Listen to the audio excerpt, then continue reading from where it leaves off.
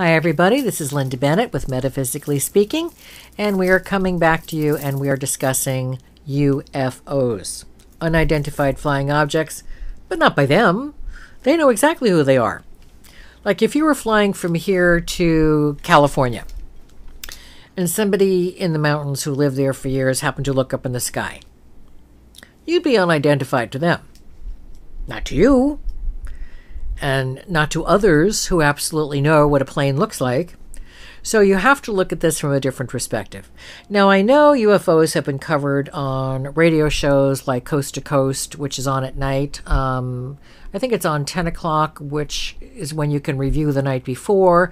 And then I think George Norrie is still there. He is the one who is now the host. Art Bell started it years ago.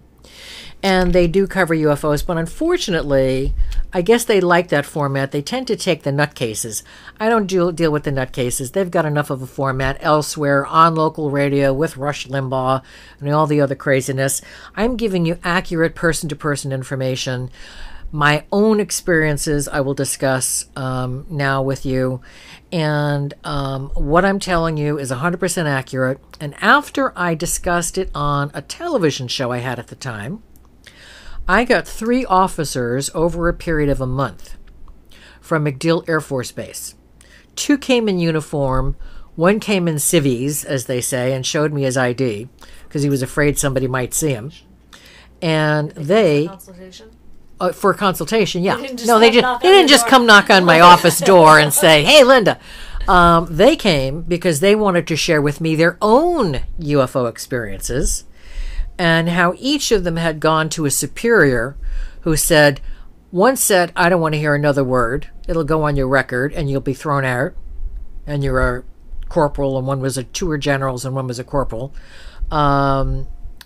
The other guys had their conversations with their superiors, who in both cases said, and only one of the 2 discussed his own personal UFO experiences in the sky, and another discussed UFO experiences when he happened to be on board an Air Force, a Navy ship in a joint mission with the Navy and the Air Force.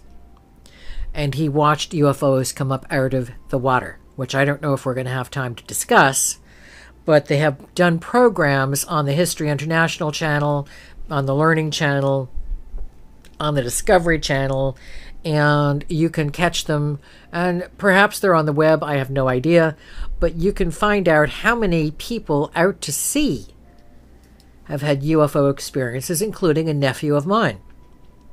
So let me tell you about my experiences. The first one I didn't realize was a UFO experience, but I had a house with 2 acres of property and terrible feng shui. I had to walk up a hill to get to the street and bring the garbage. And I was busy cleaning things out because I was anticipating a divorce. And you don't run out to the garbage can when you've got 2 acres of property every minute. You make a pile of it, put it in the garage, and then when everything's out there, then you haul it up. I mean, that's common sense. But I heard a voice say, not mine, "Go outside now." I said, "I don't want to go outside now. I haven't finished loading everything. Go outside now." He was very insistent. I went outside, and those of you who live in cities will not appreciate this because you get the glow of the city lights up in the sky. But when you live in the mountains or out in some beautiful valley or farmland or someplace where there's no bright lights from a city and you look up at the sky, it is magical. It's like beautiful, beautiful, sparkling velvet with amazing, brilliant lights. And you think, why have I never seen this before? Well, I was used to that kind of sky. So I hauled everything up to the street and I put it in the garbage cans. And as I was halfway down the driveway, I heard "Look up." And I looked up and I said, "Oh, it's breathtaking to see a mountain sky. It's absolutely breathtaking." And then I looked up and I said, what's happening here? I looked over my house and this gigantic area over my house, over my neighborhood, over the woods behind us, behind me, which was towards the town, which consisted of a bank, a post office, and a little country store. It was a huge, huge area. I said, why does it look like somebody stuck felt up there? Because I don't see any stars. That's crazy. That's all I remember. Okay, flash forward several years, and on my Friday routine, which I discussed before, I had to go take care of friends' dogs. And so that was going to be my last stop before I went home. I was coming out of the shopping center, and my car on its own, I could not make the right turn to go into the right-hand lane. My car went in the middle lane. I said, what is wrong with my car? Oh my God, do I have to bring it in? This was like about 7:15 in June, at the end of June. And the skies are very bright. So the next thing I know, my car is going through the light. I wind up in the far right-hand lane heading south back towards my office, and I heard, look up. Now, I just didn't look up. I leaned forward over my steering wheel, and I looked up out over the water, and I thought, right. And I sat back, and I heard, look up. We're here. And I leaned forward again, and meanwhile I'm driving 50 miles an hour, or somebody's driving 50 miles an hour, because I was leaning forward, looking up at this gigantic spaceship. And instantly, I remembered my experience in Connecticut. Now, I don't remember being beamed aboard. I don't know what time I went out in Connecticut. I don't know what time I came back, because I sat down and meditated after that. So I have no idea. But I heard, we're here. We want you to know we're here. And I sat back again, look up.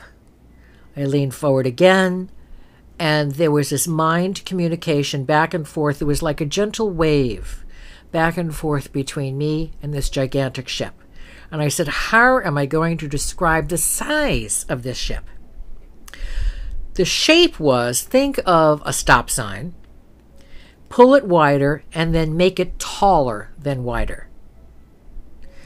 And there were slight indentations between dark lines, white lines. I don't mean lines, I mean like sections of a ship. They might have been 100 feet high. It was difficult to tell, but I saw the detail on that ship. And I felt very comforted, very at home. Whatever the information was, I didn't remember, but what they were telling me was soon they were going to take me on board. I looked up, and I was at a stoplight right where I had turned out from my office, right where my office was. I was about a half a mile down the road. I had not been driving the car. I had not stopped the car. They were driving the car and stopping the car. So I thought, okay, well, I'm practically where the dogs are. I'll go feed the dogs and go finish my routine. And it was right before the 4th of July weekend. So on the 4th of July weekend, I went home. I heard, go home. I had a whole list of things I had to take care of that Friday night. I heard, go home. I went home. I dropped my briefcase and my purse in the living room. Of course, took my shoes off because I don't wear shoes in my house. Went and laid down on my love seat. And that's all I remember until Tuesday morning. My show was a re-air that Monday night. And Tuesday morning I woke up. Now, and I was in my bed. And my cat, Sweetie Pie, had been well fed and well taken care of, but she was not on the bed as she was snuggled up to me under